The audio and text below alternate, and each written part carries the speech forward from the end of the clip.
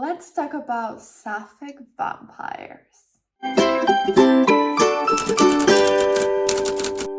Hello, fellow book nerds, this is Gabby, and today I have another review for you. This time we're talking about An Education in Malice by S.D. Gibson.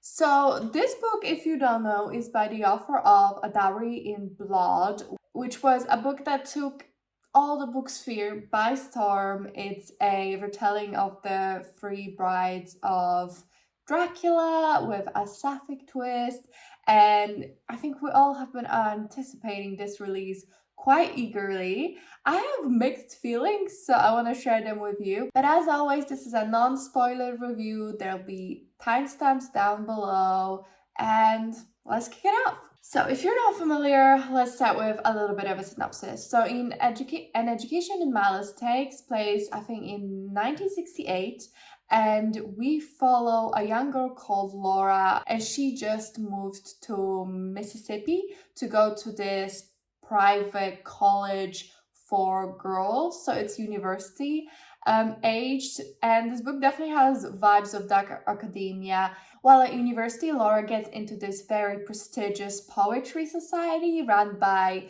Miss Delafontaine, who's this sway, beautiful, classy woman professor who is teaching the girls all about poetry and embracing their inner poet, While at the class, Laura meets Camilla, and Camilla is a senior at university. She's Austrian, she seems so cool and sophisticated and suave, but for some reason, she hates Laura and they become academic rivals. But Camilla has a bit of a special relationship with the professor, so a tale of obsession, jealousy, and vampirism unfolds. So now, I was talking about reading this book, I was slightly confused on whether this was a sequel or not, because I heard that it was a sequel to Dowry in Blood, but then Goodreads doesn't seem to mark it as such. And I kind of get it now. I would call this a companion novel. It can definitely be read as a standalone, but there is a character who comes from the previous book.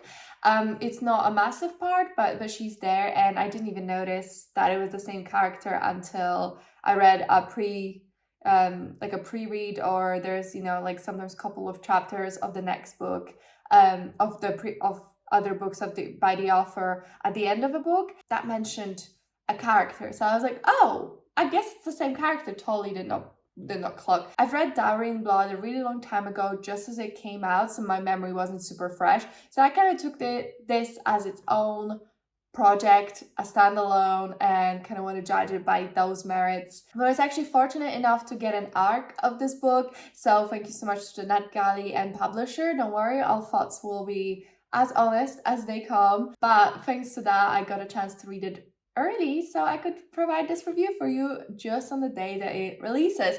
So let's get into it, what I thought about An Education in Malice. As always, let's start with writing. So S.D. Gibson is a really good writer. She's got some really beautiful poetic language in parts of the book. There were several times where I felt the need to underline something because it just felt special and beautiful and lyrical. I'm a massive fan of purple writing. I just absolutely love it. So to me, I could have done even with more. I wouldn't call this book purple by any means, but there were some definitely really profound, really amazing passages.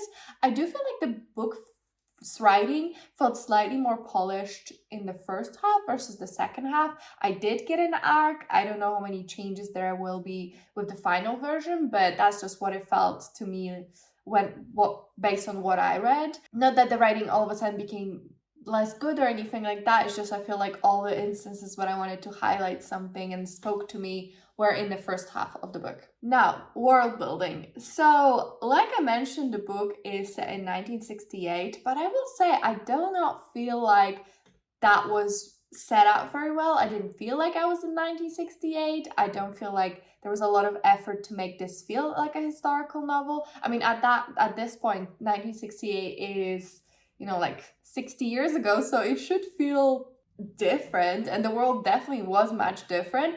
So I'm really not sure why the decision to do it in 1968 was. There were a couple of mentions of things like, you know, homophobia and ability to like be yourself, and it definitely played into the main character's ability to appreciate her sexuality and things like that. But I still feel like all of that was great, and I definitely don't mind this being set in 1968. I just wish that since it was, there was a little bit more of an effort to date it a little and make it feel old, whereas I feel like the way everyone spoke, the people's attitudes, it all seemed rather modern. So I don't know if that decision was made because there's some other books coming in series and the time jump wasn't necessary. I don't know. I wish we would have committed and made this feel historical. I feel like 1968 is historical, right? So I just feel, yeah, like a little bit more effort was made there. And this book at its core is very gothic, very dark academia. At least I thought so in the first half. I feel like the first half had really good vibes with the tutorials, the discussions of poetry, the academic rivalry,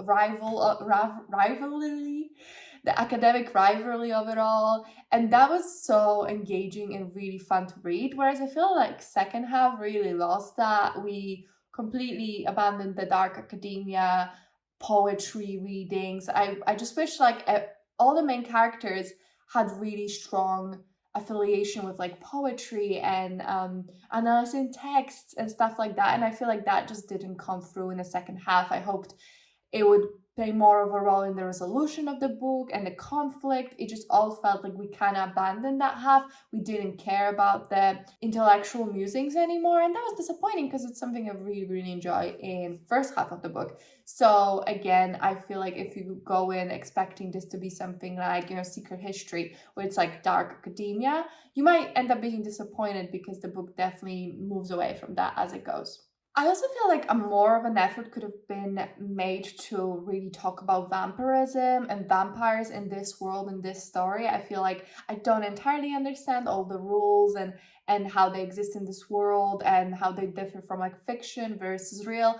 And now having realized that there are some characters from Dowry and Blood, probably you're meant to remember what those vampires were and therefore apply it to this book. But it's like wanting to have your cake and eat it too. This, I feel like, is positioned like a standalone, works as a standalone as the story itself. So me having to have read and remembered, because I did read it, but I just didn't remember all the rules from the previous book for the vampires to be explained, feels a little bit cheap. Like, maybe that wasn't the point of the book, and that's fair, but since you're gonna introduce them and all of that, I just wish like I understood the rules a bit clearer, because it felt like a tad dodgy to me. It's kind of a sequel, so it's kind of like it could be argued either way. I just feel like then make it a sequel, but it's not very clear that this is a sequel. So that's a bit that I thought could have like had like just a little bit more information to really get me in the mindset and get me understanding the world. Okay, then for plot. I felt the plot had really strong setup. So I initially, when I started reading the book, the vibes I got and the vibes from the synopsis, I thought this book would be about grooming and toxic relationships, inappropriate relationships, and kind of getting out of those. And I guess it was, but I just feel like the setup was really good, but in the end, it kind of faltered at the finish line and didn't quite deliver, because the ending to me felt really rushed, really anticlimactic, and it didn't necessarily hit all the beats that I wanted the themes of the book to fit based on what was set up to begin with.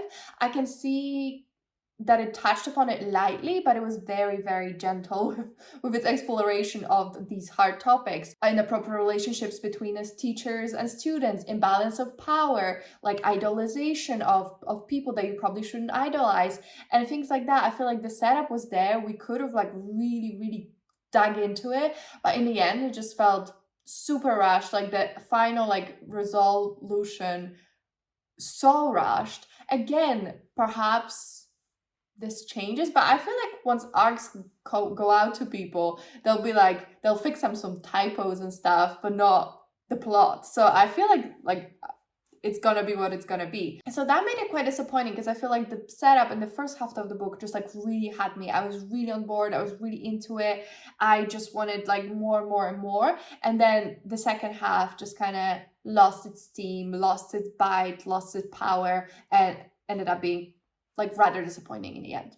There's also a lot of quite graphic sexual scenes, which I didn't realize, which is completely fine. Like, I love adult books and I love that. I don't mind that kind of content at all, but I just feel like the cover looks very YA to me, and I knew it wasn't YA, but I didn't quite appreciate that. So I'm just saying, if you pick the book up based on the cover and you feel like me, like it feels quite YA, the cover, the book is not YA. The book is adult all the way. A Dowry in Blood was also, I'm pretty sure, like quite sexually explicit, and that follows that through line. I think the scenes were done really well. I think it really explored different types of relationships and sexual pleasure and gratification, and what turns people on was quite diverse and nuanced. So I really enjoyed that, and I thought that was a strong part of the book, but just thought, fair warning. And another complaint I had, I feel like there was a lot of abandoned plot lines or things I thought would matter and be significant, but then they were just really dropped. There was a friend of Laura's that I feel like her plotline was literally just dropped, completely abandoned, like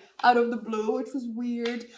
There were some things with Laura's mother that I thought would like play a bigger role, and overall the background and the motivations of the characters I feel like were very underdeveloped. I feel like the plot was, this is happening right now. We're not really going to examine where we came from to get to this point. We're just going to like deal with this right now, which is fine, but it's just like slightly, I wish I had a little bit more, and I feel like there were nuggets and things I was meant to care about, and then just nothing came of it, so why did I care, And in the video where I was talking about being excited about this book, I think I said that I think this is a retelling of Carmilla, which, if you don't know, is a classical novel from before Dracula with a sapphic vampire.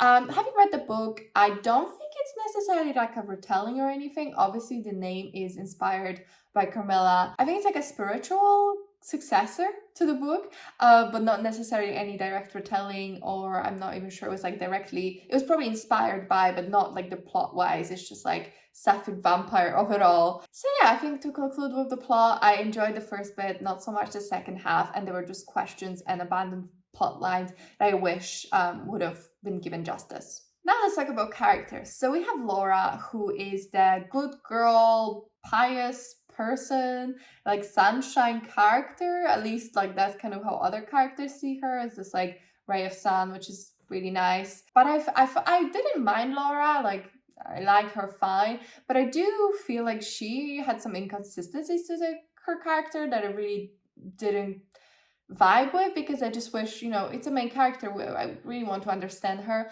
But essentially with her whole belief system, so when she comes into the school, her plan for her life was to become a pastor. So I'm like, okay, so if you're going to be a priest, you're probably quite religious, aren't you? But then when she finds all this darkness and devil, like vampires are associated with that, I just feel like she never goes through crisis of faith, which I found really questionable considering her upbringing and where she came from. And I really wanted that crisis of faith, and I feel like her belief in like God was super inconsistent. Like she'll bring it up a couple times, it was a big deal one time, but overall like not even a thought in her head. And I'm like, if you were gonna become a priest essentially, wouldn't you care a bit more?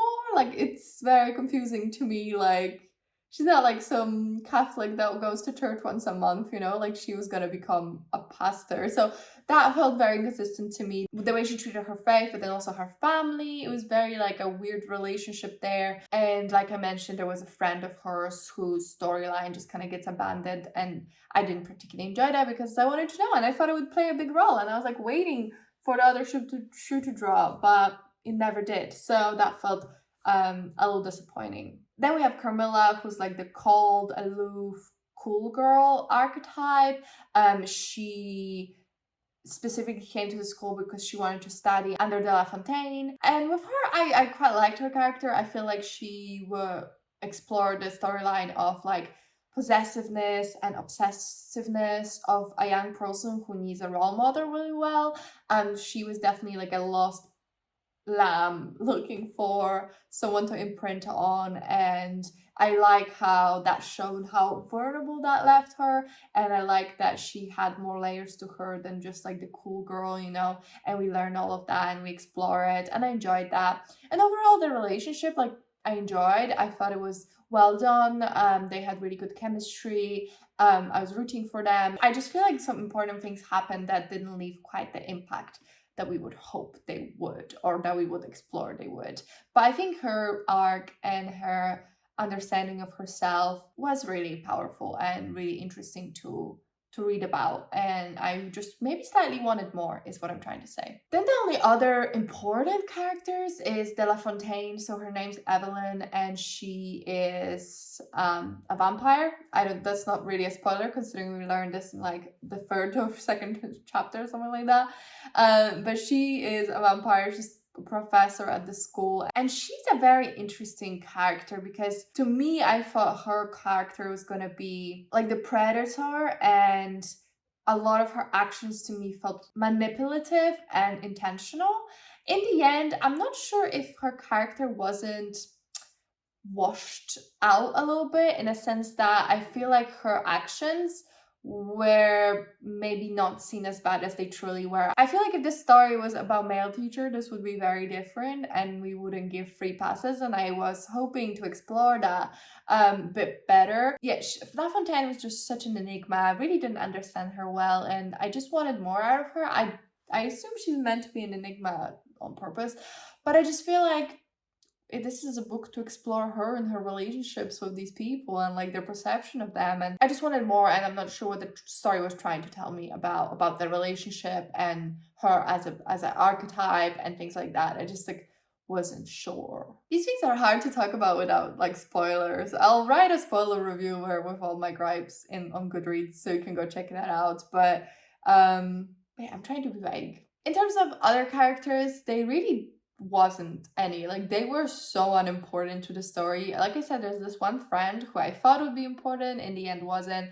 It was just like sketches of people. No one else pretty much matters, so it's like a story about these three people and their relationship, and if that's what you want, that's fine. Like, I do enjoy like those isolation stories, but I just wish there was like a little bit more meat on the other characters to really show us what the girls are giving up by stepping into like the world of darkness and things like that. I just wanted like slightly more. Now let's talk about themes. So I feel like there was a lot of themes that I could have really dug into and explored. So definitely possessiveness, like I said, inappropriate relationships, obsession, toxic relationships, and all of that I felt like was set up so well. Like, this book really, the beginning of it really reminded me of My Dark Vanessa, which is like a completely different genre and like very different story.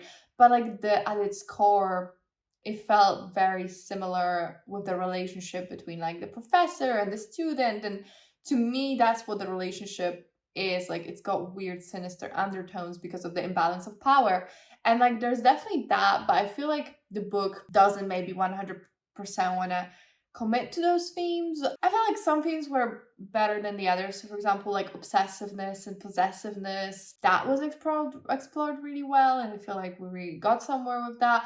But I just wish that the ending was stronger. I just feel like I needed that final climactic scene to be stronger, so then that it could deliver all of these themes and all of the setup that the book did.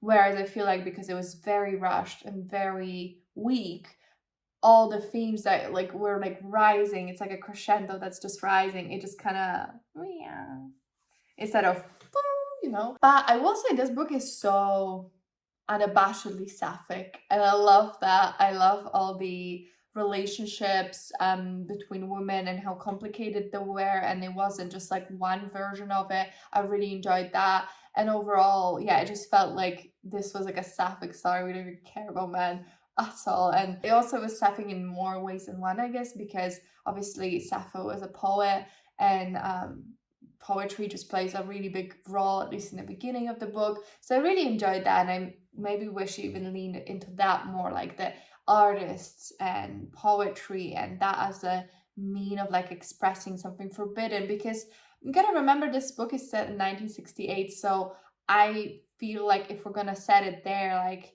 there should be a little bit more maybe taboo around the relationship, and maybe art is the only way to express it, and maybe there's some obstacles where I feel like the outlook on that was very modern.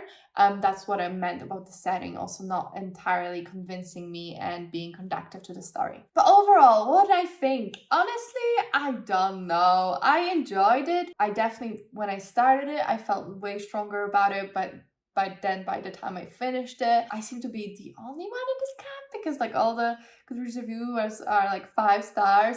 But to me, it just had so much potential and it just didn't necessarily deliver, especially on the themes. I'm surprised because I feel like A Dowry in Blood just had such a strong examination of toxic relationships, and it was done so masterfully, so I know it can be done. But that being said, the book is still good if you love vampires, bloodthirst, if dark, sexy academia is up to your liking, and you love sapphic books, or you're looking for more sapphic books. I think you enjoyed this one. It was done well, it was written really beautifully, and I will definitely pick up next book by the author.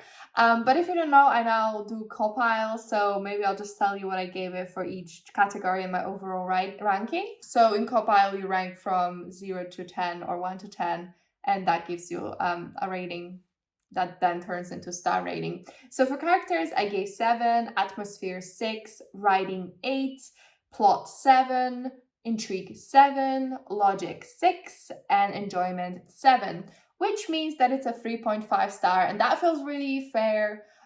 Because I definitely still really enjoyed it, and I will be recommending this. And I have a video coming up where I talk about vampire books. I filmed that video before reading this one, but I definitely would have put it on the list. So you know that I do recommend this. I guess I wished for like tiny little bit more, but it is what it is. So let me know, have you read an Education Malice? Did you like it? Did you not like it? Do you enjoy vampire books? Are sexy vampire sapphic books even better? Let me know. Let me know if you want to pick it out now that I've talked to you about it. I really hope you enjoyed the video. If you did, if you could comment, like, and subscribe, I really, really appreciate it. It really helps me out. But that's it from me, and I'll see you in my next one. Bye!